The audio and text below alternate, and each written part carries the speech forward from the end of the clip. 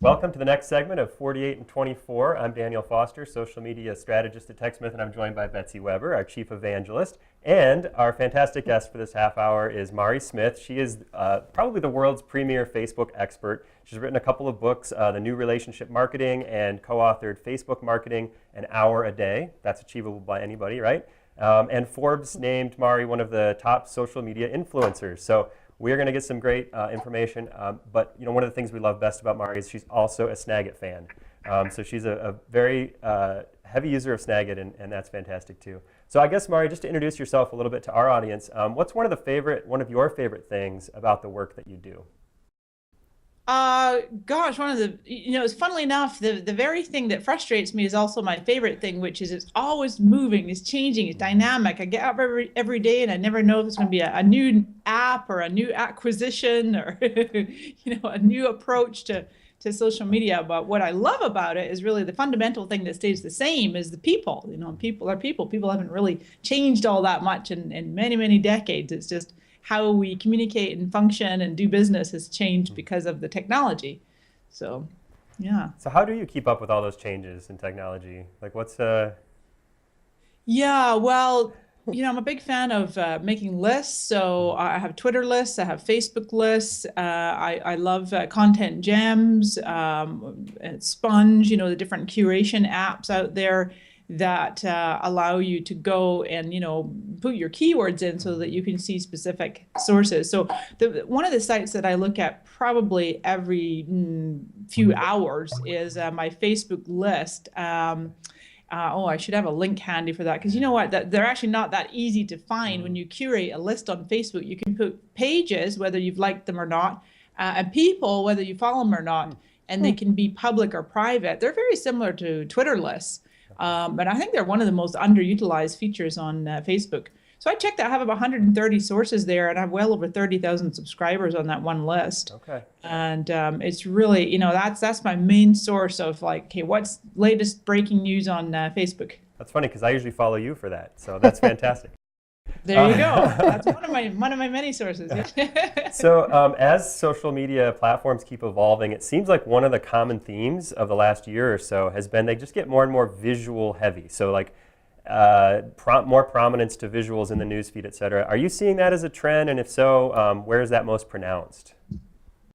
Yeah, in the newsfeed, Facebook has always favored visual content, and certainly for business pages, for the longest time, we would always, if you want to share a link, it was much better to share an image and then put the narrative and link in with the image as opposed to a link with the link preview. But just really in the last probably 60 days or so, Facebook have started to give a little bit more juice, if you will, a little bit more points in edge rank. We don't call it edge rank, but the algorithm to link posts. So, but interestingly enough, they've expanded up the image. So the link preview is much bigger. So it's definitely more visual focused. And then of course, with Facebook's acquisition of Instagram, I think that was really a big kind of declaration that, visual is it. And I found that I hook up my personal Instagram account as just Mari_Smith over there. And I have that posting to my Facebook profile. And invariably, those images will get quite a bit more visibility and engagement than images that I might post directly on Facebook. So, are there things that, as brands, as you're consulting with brands and helping advise them to boost their game, up their game in social media, certain tips or approaches that to working with visuals well that you relate to them? Well, so we have to keep in mind that, in particular with Facebook, people are there predominantly for personal and social reasons first and foremost. And the kind of content that goes like viral that people love to engage with, I always say that either makes people laugh, cry, or go awe. But we can't all be sharing pictures of cats and cute babies. So you've got to be on brand and on topic. And the thing is that when you're sharing visual content or narrative content, the most shareable content is that which makes people go, oh my gosh, I have to share. They feel compelled to share with their friends, and it makes them look good, their friends or their fans, if it's more B2B. And visual content that has a tip in there, that it is also legible on mobile, as high resolution as possible for good legibility on mobile. and maybe obviously the branding in there, a hashtag right on the image, creating a series of short tips with good solid branding, so that when people see the image go by in their feed on mobile or desktop, they're like, oh yeah, that's that brand, or that's my favorite, you know, personality. Richard Branson's one of my top people I follow on Facebook, and I love his style. He almost always posts an image with the post. So as brands are trying to find, you know, good content to share, like what is the source of that image? You know, is it either something I make or something I find? Actually, one of the things I think that Betsy's found interesting is she makes her Flickr pictures Creative Commons, right? Yep, I let anybody use them. They just have to credit it back to me. And it's been interesting to me to see, by giving all this free content away, where it actually ends up. It ends up on Forbes and Huffington Post and places I would never, you know, expect to show up. That's awesome. That's awesome. Yeah, I think you're absolutely right. You know, I'm a big fan of Leo, the guy over at Zen Habits, and he makes his entire blog as Creative Commons. You know, so but when it comes to images, you know, I work with the American Society of Media Photographers, and they have, you know, a duty to really educate the market as to copyright and the legal terms, and obviously the legal terms of the social network. So Creative Commons is awesome, and I think that there's terrific sources out there to take images and add your own narrative to them. But obviously you might have someone on board. Like I have my content marketing manager who's been with me just a few months. We had a little bit of a change of staff in my company. She's actually a professional photographer, so I'm very, very excited to be starting to take my own. She's going to help to create our own, images with narrative. That's fantastic. I keep thinking that people who are having trouble getting employed in the journalism field should switch over to social media, because we need more photographers, we need more journalists, writers, you know. Content graphic creators. artists. Yes. Right. We need you. Yeah, it's true. Yeah, Well, you've been doing this since 2007. If somebody wants to get into social media and marketing, where do you go for information? Where do you learn from? How? You know. Well, we were just talking offline there. I mean, there's some major conferences every year that I always attend. So one is the Social Media Marketing World. This is the second annual year for that. My friend Mike Stelzner that runs Social Media Examiner. Previous to that, I went to Blog World, now known as New Media Expo. Yep, that's a good one. I went there year after year after year. Love that conference. Me too. Yeah, and then there's a few others, you know, more niche specialty ones that I go to. Mostly I get a lot of source online, you know, various authority blogs and just mentors that I follow. Yeah. Great. Do you have a secret weapon? Do you have an app that you just, you know, or a site or something like that? No, Betsy, if I share it, it will no longer be a secret. Good point. You can keep it secret. Tell me later. I honestly, I'm a pretty open book. I'm delighted to share. Well, Snagit is one of my secret weapons. See? Oh, well, thank you. How did you get started with Snagit? How did you first discover it? I'm trying to think where I probably discovered Camtasia Studio first. You know, I used to make a lot of videos. I mean, I still do, and video tutorials, short. It's just because try to communicate something technical on Facebook. We say, oh yeah, like we were just talking about interest lists, to be able to show people how they can navigate to someone else's interest list, how they can create their own interest list. It's really best done visually, either in a short video or some screenshots. So, and anytime I post screenshots with the little torn edges, everyone's like, how did you make those torn edges? You know?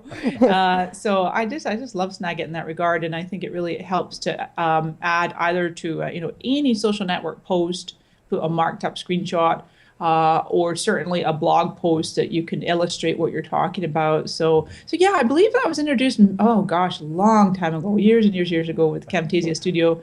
And from there, I went on to Snagit now. And I know you guys have the little videos. Sometimes I'll use Snagit to just do a little quick video capture as well. It's a wonderful program. I probably use it every single day to mark up screenshots, to make graphics for Facebook, even though I'm a big proponent of recommending you use a professional graphic artist. Don't do your own graphics, but occasionally, I will love to use Snagit to just pop together a Facebook cover image or, a quick post to share. One of the things I've noticed that you do really well on your Facebook page is education, and you talked about making these tutorials, and I've even come on there, it was a couple years ago, but I asked a question and Mari Smith responded and gave me a pointer on how to do something. And I was just like, that's awesome. And I guess maybe talk a little bit about how, people think there's maybe this split between teaching and marketing, but are they really the same thing?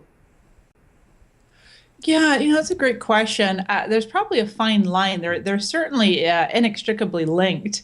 For the longest time, I would invest, anywhere from 2 to 3 hours a day, a combination of sourcing my own content, curating content specifically for Twitter, because I share maybe 6 pieces a day on Twitter, and then answering questions on my Facebook page to the point where I literally could not keep up. And so then I found ways to train an in-house content manager who helps me to find content for Twitter. And then on Facebook, I came up with this really nifty idea where I created a secondary Facebook page, and I just made a community page, and it's in the name of Team Mari. And then I have moderators that log in as the admin on Team Mari, and then they come and respond to questions on my Mari Smith page. But you'll always know it's really just a strong, a passion of mine that I never let anyone speak as if they're me. So if you see me talking as Mari Smith, that's always me. But I have my Team Mari account come in there, and Juan in the Netherlands, and he's my main Facebook community manager. He does an amazing job. And it's dramatically helped to my retention and my trust and loyalty of my community, and freed up some time, obviously, for myself. So it's really, really, really important. And I think, when you brands respond to messages on Facebook posts and comments from fans on Facebook and Twitter, anywhere else, really. It's sending the message, that you care, that the person's important to you, which I think these are, fundamental human needs. And there's a great site, socialbakers.com. They have a new way called Socially Devoted. Socially Devoted is the new standard of measuring social customer care. And the brands that respond in a timely manner, they should respond to at least 60% of all the posting comments, and they have their wall turned on so that fans can initiate posts. So yeah, I love that site, Social Bakers. People can find that out. What's interesting, guys and gals, is that they have like a top 10 every quarter. They release a top 10 of the most socially devoted brands. Oh, wow. It never ceases to amaze me that they're all outside the United States. They're like in the UK or Argentina or Kenya, or I'm like, wow. We could learn a lot from them. them. The program here in the US. Right. I kind of want to go there right now and see how we're, how our score is how we for stack up. TechSmith. Yeah. Well, go ahead. Then one last piece, I'm just going to say that content is a crucial part of social media, obviously, but the engagement part is just as important. I have this wonderful saying that content is king, but engagement is queen, and she rules the house. So I think that investing in community managers is just absolutely one of the best things that companies can do. Fantastic. Thanks for all your words of wisdom. We're going to end the recording here, and thank you all for watching this segment, and we'll see you on the flip.